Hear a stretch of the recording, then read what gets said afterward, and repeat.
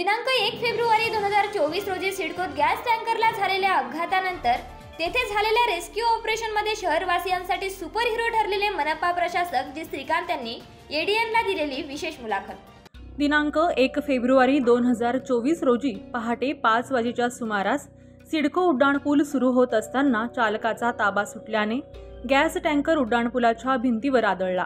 त्यात टँकरच्या केबिनचा चक्काचूर झाला। रस्त्याने जाणाऱ्या येणाऱ्या नागरिकांनी ही माहिती अग्निशमन विभागाला दिली।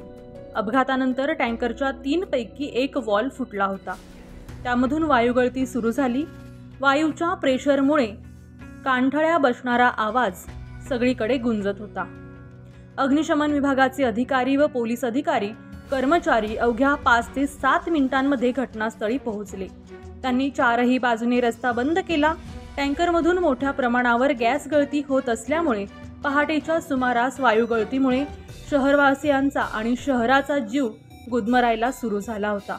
प्रशासन ढालीसारखं या प्रसंगापुढे उभं राहिलं। परिसरातील लाईट बंद करण्यात आली। परिसरातील 5 किलोमीटरपर्यंत हा वायू पसरण्याची शक्यता असल्यामुळे काळजी घेण्यात आली। काळजाचा ठोका चुकवणारी ही घटना लाखो लोकांच्या प्राणावर टांगती तलवारीसारखी असताना सुमारे 14 तास हे रेस्क्यू ऑपरेशन चालले। यात एक कुशल नेतृत्व करणारे IAS अधिकारी पूर्ण वेळ घटनास्थळी स्वतःचा जीव धोक्यात घालून रेस्क्यू टीम बरोबर खंबीरपणे उभे राहिले आणि शहरवासियांना या सर्व देवदूतांमुळे जीवनदान मिळाले। नमस्कार, मी उमा शिंदे। सर्व प्रेक्षकांचे एडीएन मध्ये मनपूर्वक स्वागत। शहरवासियांना ठाऊकच असेल, 1 फेब्रुवारी 2024 हा दिवस, ज्या दिवशी संपूर्ण शहर साखर झोपेत असतानाच एक अपघात घडला। जालना रोड या ठिकाणी जो अत्यंत रहदारीचा दिवसभर व्यस्त असणारा संपूर्ण शहराची मुख्य ट्रॅफिक वाहन करणारा हा रस्ता, या रस्त्यावरती एका गॅस टँकरचा सकाळी पहाटेच अपघात झाला आणि त्या अपघातात वायुगळती सुरू झाली होती। तर त्या अपघातातून शहरवासियांचं रेस्क्यू करून प्राण वाचवणारे मनपाचे आयुक्त जी श्रीकांत सर आज आपल्या सोबत आहेत। सर, एडीएन मध्ये आपलं मनपूर्वक स्वागत। नमस्कार सर, मी आपणास विचारू इच्छिते की जो अपघात झाला त्या अपघातामध्ये सर्वप्रथम तुम्हाला जेव्हा माहिती मिळाली त्यानंतर तुम्ही काय कार्यवाही केली? सर्वप्रथम मी नव्हे, माझं संपूर्ण टीम, ज्यामध्ये 100हून अधिक लोक त्या ठिकाणी कामाला लागलं होतं आणि त्या सर्व टीमच्या आम्ही नेतृत्व करत होता तो खरा आहे, परंतु ह्या सर्व टीमचे श्रेय आहे असे मला म्हणायचं आहे। आणि ज्यावेळेला मला 5-5:30 वाजता मला फोन कॉल आला, माझ्या चीफ फायर ऑफिसरनी फोन कॉल केलं की असे गॅसची दुर्घटना झाली आणि ते गॅस लीक होतोय आणि ते फार मोठा टँकर आहेत आणि भीषण असे अपघात होण्याची दाट शक्यता आहे की मग त्यांनी सांगितलं की आपल्याला काही लोकांना एव्हॅक्युएट करावं लागेल आणि ते तातडीनं रहदारी बंद करावं लागेल आणि जालना रोड बंद करावं लागेल आणि MSEBच्या लाईट बंद करावं लागेल। असे पहिला 2 सूचना आम्ही तातडीनं सूचना दिली की पोलिसांना सूचना दिली, तसेच रहदारी बंद करण्याची सुद्धा सूचना दिली, MSEBला सूचना दिली की लाईट बंद करण्याचा। परंतु प्रामुख्याने हा आम्हाला त्यांचाही म्हणजे माझ्या सर्व टीमला सुद्धाही हा पहिला अनुभव होता की एखादी वेळा गॅस लीकच्या असे LPG गॅसची जर दुर्घटना झाली तर करायचं काय। आणि तो सुद्धा एक दाट वस्तीमध्ये झाल्यानंतर विशेष करून मग त्या ठिकाणी किती ठिकाणच्या लोकांना वेकेट करायचा, मग हा सर्व अंदाज घेऊन आपण लोकांना सूचना करायला सांगितलं।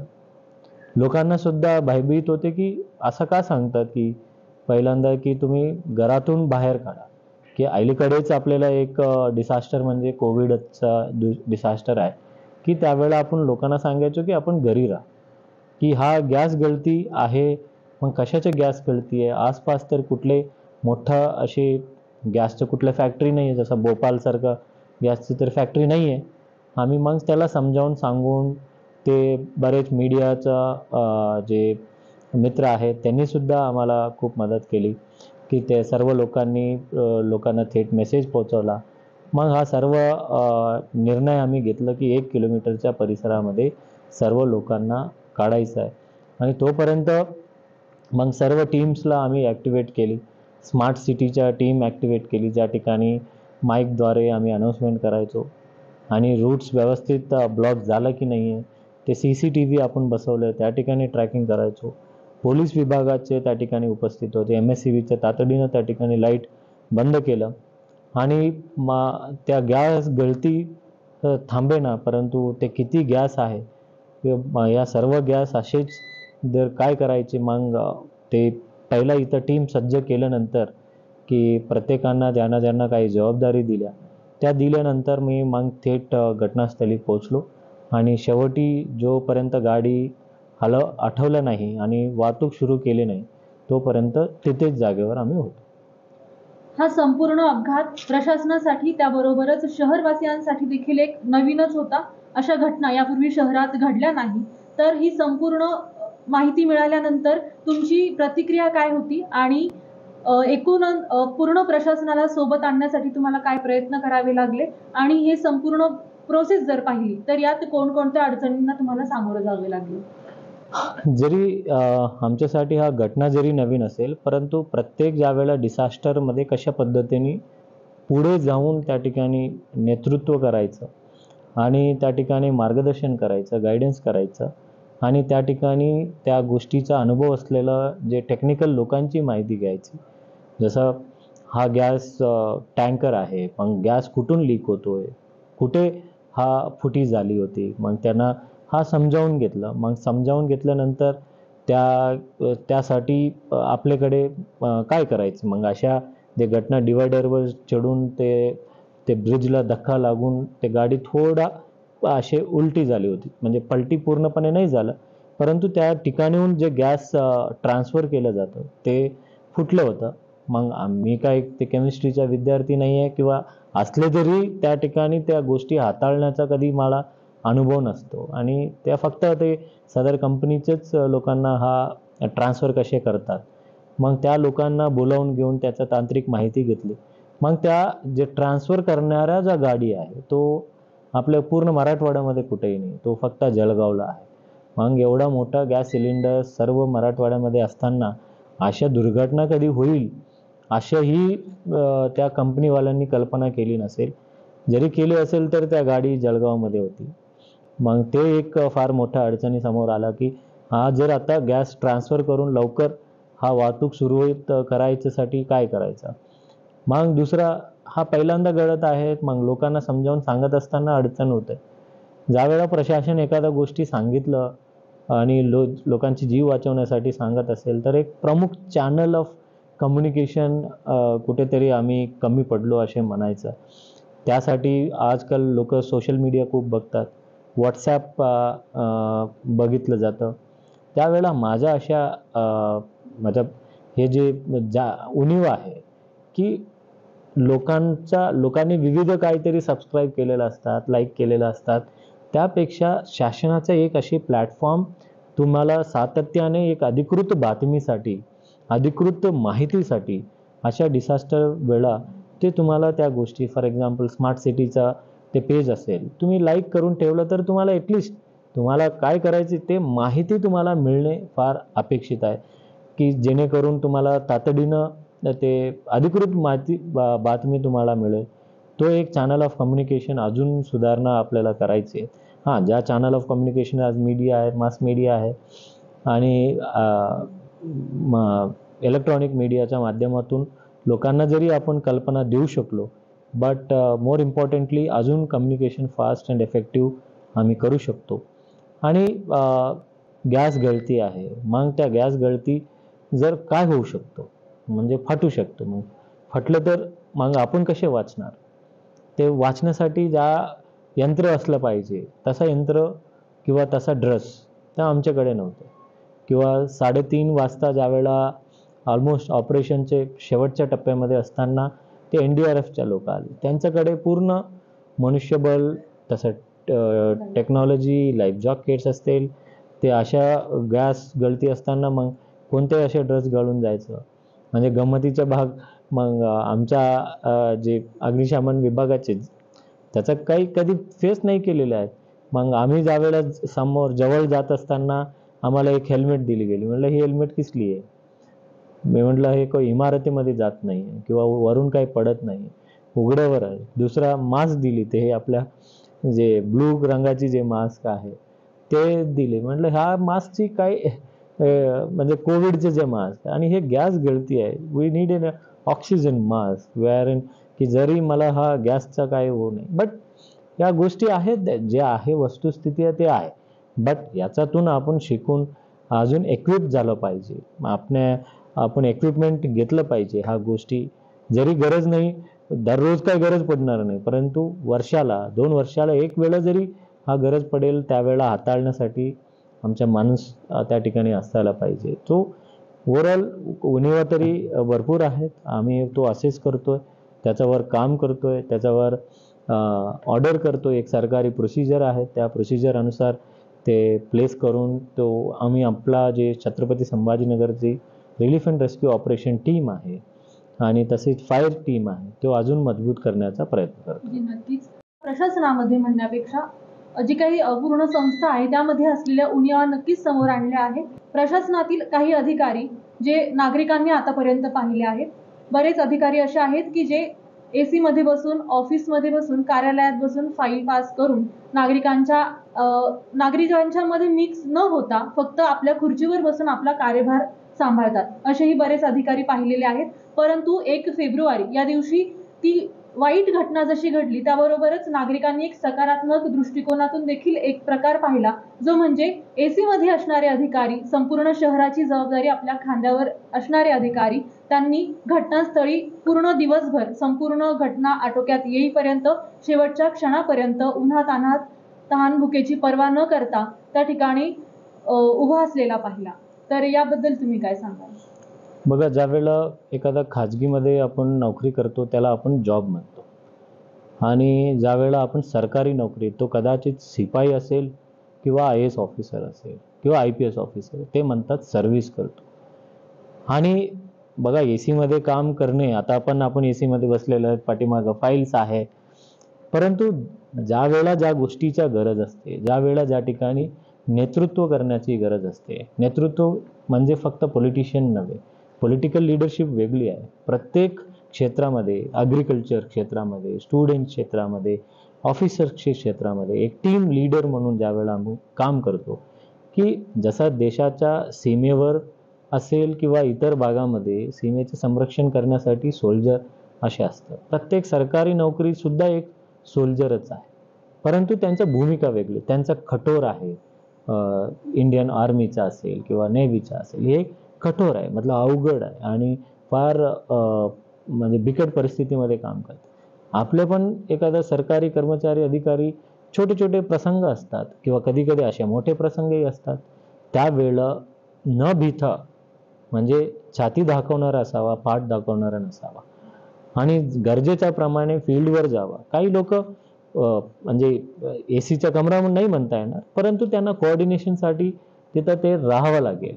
आणि आम्ही 2 टीम्स फॉर्म केले. एक प्लॅन A जे की म्हणजे ऑन फील्ड असणार आहे, प्लॅन B जे आहे, क्योंकि जर रेग्युलर घटना असेल तर मला कदाचित जाण्याची गरज नाही. एक नाविन्यपूर्ण ॲक्सिडेंट एक वेगळ्या प्रकारची डिसास्टर आहे. मग अशा वेगळ्या प्रकारची डिसास्टरमध्ये त्यावेळेला कोणी निर्णय घेता येत नव्हता. मग त्यामुळे आम्हाला जावं लागलं.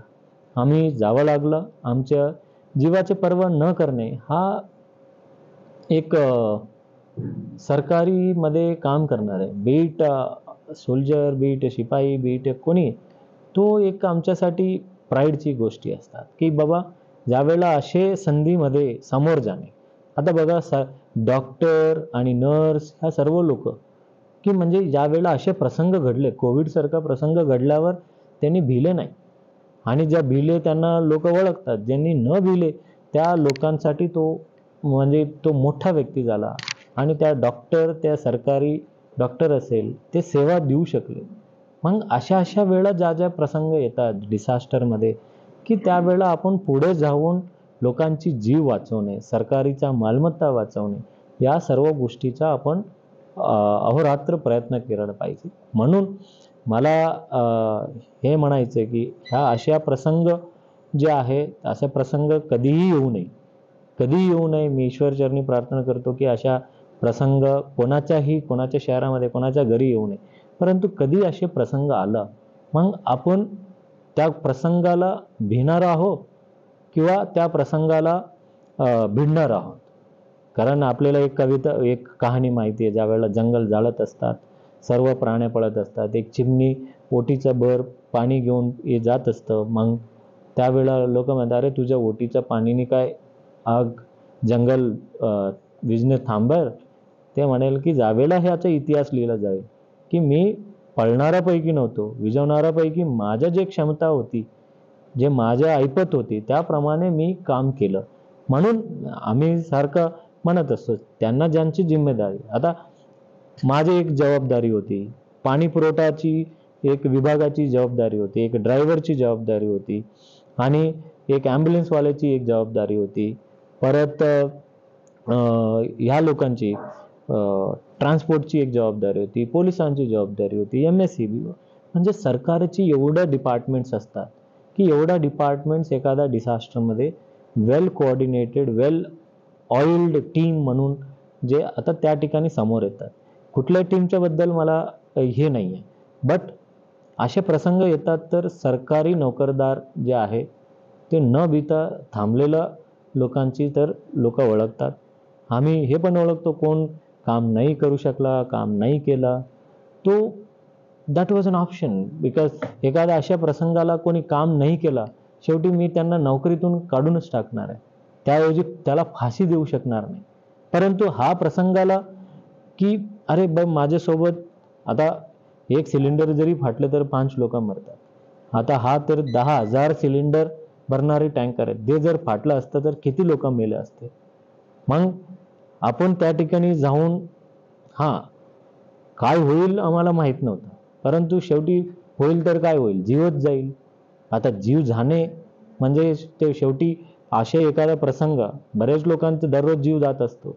कोणी दारू पिऊन मेलेलं असतात, कोणी रस्त्याने ॲक्सिडेंट झालेलं असतात आणि कोणी आर्मीचा जे सोल्जर आहेत ते आतंकवादींना, आपल्या दुश्मन देशाच्या लोकांना भिडत असताना तिथं शहीद होत. मग सरकारी नोकर, अधिकारी, कर्मचारी हा एक प्रसंग आहे. अशा प्रसंग तुम्हाला एक संधी पण देते की म्हणजे जबरदस्ती हम शहीद होने के लिए नहीं जाते, बट काम करत असताना जर झालं तर आपल्या हातात त्या गोष्टी नसतं. म्हणजे प्रकारे तुम्ही हे सांगितलं की तिथे गेल्यानंतर भीती वाटली होती आणि काय होईल हे माहीत नव्हतं, पुढचं भविष्य कुणाला कळत नाही. तर मृत्यूच्या दाढेत जाताना तुमच्या मनात नेमक्या काय भावना होत्या आणि तुम्हाला त्यातून सुटका झाल्यानंतर काय वाटलं? नाही, बघा आम्ही मृत्यूची घाबरत नाहीये, बट मृत्यू कशा येईल कोणाला माहीत नाही आणि हा एक कॅल्क्युलेटेड रिस्क घेणे गरजेचं होतं. कॅल्क्युलेटेड रिस्क घेताना जे तकनिकी बाब समजून असं कशाही गेलं आणि it was not a suicidal, it was a calculated ज्या काही गोष्टी होती ते. परंतु असे कॅल्क्युलेटेड जरी असेल तर त्याच्यामध्ये रिस्क कॉम्पोनंट होता की असं नाही आहे की हवेत दिवा ठेवून विजू नये असे नाही. त्या ज्यावेळेला गॅस गळती होऊ लागली, मग किती होऊ लागली, त्यावेळेला एक LEP मीटर्स असतात. हे LEP मीटर्स किती एक्सप्लोशन गॅसेस हव्याचे पर्सेंटेज किती आहे ते, म्हणजे 80% वरती गेलं तर तो फ्लेमेबलमध्ये कन्वर्ट होतो. तो त्यावेळेला 60% गेली. मग त्यावेळेला अजून टँकर्स वाढवल्या, अजून फायर टेंडर्स वाढवल्या, ते प्रेसिपिटेट केलं, म्हणजे त्याला डिसिपिटेट केलं आपण. मग त्यानंतर अशा ज्या वेळेला प्रसंगाला जात असताना शेवटी आपण निर्णय घ्यायचे. कारण हा जर त्यावेळेला हा निर्णय घेतला नसता तर कदाचित ते 40-50 तास ते गॅस सोडण्यासाठी, मग कंटिन्युअसली पाणी ठेवण्यासाठी, मग त्यावेळेला तेवढा वेळ टीम मोटिवेटेड राहील का किंवा काय राहील, या सर्व प्रसंग समोर होता. आणि मग शेवटी म्हटलं की आपण हा गोष्टी तर घ्यावाच लागणार आहे. मग रात्री जर झाला, लोकांनी लाईट लावले किंवा काही लावलं तर ते अवघड होतो, मग बेचैन पण होतो. मग त्यामुळे आपल्याला तो ट्रान्सफर करत असताना एक प्रमुख निर्णय होता. आणि तसेच ERV व्हेकलनी लिंक करत असताना त्या एक मोठी प्रसंग होतं. त्या मोठी प्रसंगाला असे मनामध्ये किंचित आलं की काय होईल, म्हणजे जर आपण नाही तर काय होईल. शेवटी आपण नसला तर ज्यांना जास्त दुःख होतं ते आपले बायको आणि आपल्या मुलं. माझ्या गार्डला थोडं लांब थांबून सांगितलं की तुम्ही लांब थांबा, काही झालं तर त्यांना सांगा की मुलांना चांगला बघा. मग बाकी शेवटी काय सांगू शकतो. आणि शेवटी जे काय होणार होतं माझ्यासोबतच नाही होणार होतं, माझ्या संपूर्ण टीमसोबत होणार होता. माझ्यासोबत DCP बगाटे होते आणि माझ्यासोबत माझे फायर ऑफिसर्स, माझे फायर टीम, HBCL कंपनीचे जवळपास त्या ठिकाणी जवळपास त्याला एकदम जवळ, म्हणजे आम्ही जर काही झालं असतं तर आमचे लास्ट पण ओळखीचा नहीं झाला, से कोणाची आहे तो इतना तो पता था कि भाई, लेकिन हम उससे नहीं डर रहे थे, लेकिन कैलकुलेटेड रिस्क लेके ये करना था, वो निर्णय लेना था. क्योंकि वो HPCLचे जे लोक म्हणत होते की सर तो तुम्ही निर्णय घेतल्याशिवाय आम्ही सांगू शकणार नाही. एका निर्णय घेण्यासाठी काय बघावं तरी लागणार आहे, ते किती लांब आहे, काय आहे, काय ट्रान्सफर करतात. आणि शेवटी आज सर्व चांगलं झाला, तुम्ही हा इंटरव्ह्यू घेताय. सर्व जर चांगलं नाही झालं असतं तर imagine I could have been that victim. So I could have been everything, but not only me, there will many families would have been there. But unfortunately, by God's grace, nothing happened. But हा प्रसंग एक शिकवला की मरण्यासाठी कधीही तयार असायला पाहिजे. आणि असंच मरण्यापेक्षा कधी काही लोकांचे जीव वाचवण्यासाठी जर तुम्ही मेलं तर काही फरक पडणार नाही एकाने गेलं तर, असे मला वाटतं. या संपूर्ण रेस्क्यू ऑपरेशनमध्ये स्वतःचे प्राण, त्याबरोबर संपूर्ण टीमचे प्राण देखील धोक्यात होते.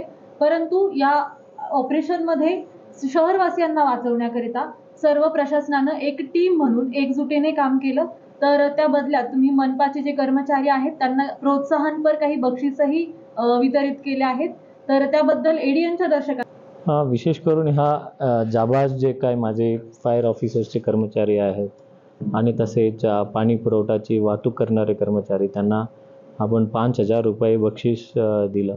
आणि या कामामध्ये जुळलेलं सर्व प्रत्यक्षपणे अप्रत्यक्षपणे जुळलेलं सर्व लोकांचा आज काल माझ्याकडे पदभार होता जिल्हाधिकारी म्हणून. जिल्ह्याचं आपत्ती प्राधिकरण समितीचा अध्यक्ष या नात्याने ज्या सर्व कर्मचाऱ्यांचा प्रमाणपत्र देऊनही सत्कार केला. आणि तसेच आम्ही फ्युचरमध्ये हा एक केस स्टडी म्हणून लिहिणार आणि सर्व लोकांना पाठवणार, जेणेकरून अशा प्रसंग आलं तर करायचं काय आणि कसे हाताळायचे ह्या गोष्टीही आपण त्याच्यामध्ये समाविष्ट असेल. आणि तसेच आता ज्यावेळेला जीवनाशी अशी दररोज म्हणजे जीव धोक्यात घालून असे काम करणारे कर्मचाऱ्यांचे जे इन्शुरन्स आपण जो आहे तो टर्म इन्शुरन्स, म्हणजे किमान तो 1 करोडपर्यंत जाईल असे त्या टर्म इन्शुरन्स फक्त एका कर्मचारीच्या पाठीमागं एखादा 1,000 रुपये लागत असेल तेवढं आपण कॉर्पोरेशन भरून त्यांचं एक जीवन संरक्षित आपण करू, जेणेकरून म्हणजे अशा प्रसंग त्यांना पण आपण गेलं तर काय, म्हणजे ॲटलिस्ट त्या परिवाराला त्यांचं एक चांगलं रक्कम, जसं कोविडमध्ये सरकारने महाराष्ट्र शासनाने हा निर्णय घेतला होता की जर काही झालं त्याच्या बदल्यात त्यांना 50 लाख रुपये आज काही दुर्दैवाने आम्हाला काही कर्मचाऱ्यांना तो द्यावा लागेल. दुर्दैव याच्यासाठी ते वारले, म्हणजे त्यावेळेला त्यांना विचारलं की हा पैसे पाहिजे का माणूस परत पाहिजे, तो लोक म्हणतात माणूसच परत पाहिजे. बट माणूस नसल्यावर ॲटलिस्ट त्या माणूस नसल्याचं त्याचा थोडे आर्थिक परिस्थिती व्यवस्थित होण्यासाठी टर्म इन्शुरन्स आम्ही करतोय. आम्ही काही कंपनीज जे आहे इन्शुरन्स कंपनीजला बोलावून त्या सर्व आग सेवामध्ये काम करणाऱ्या कर्मचाऱ्यांना संरक्षित आपण करतोय. ही नक्कीच एक स्वागतार्ह अशी स्टेप पाऊल प्रशासनाच्या वतीने उचलण्यात आलं आहे.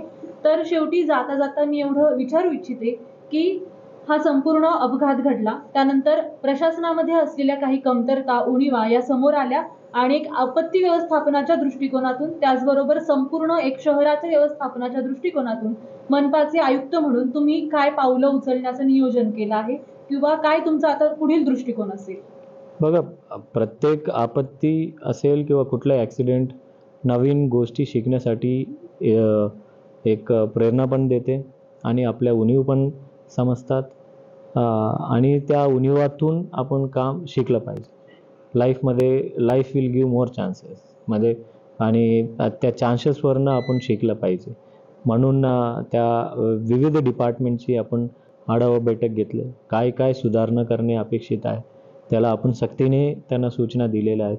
रस्ते विभागाने काय करायची, गॅस टँकरवाले विभागाने काय करायची आणि तसेच जनता म्हणून काय करायचं, महापालिका म्हणून आपल्या स्थिती कशा मजबूत करायचं, आपल्या टीमला मजबूत कसे करायचे आणि अशा विविध गोष्टी आपण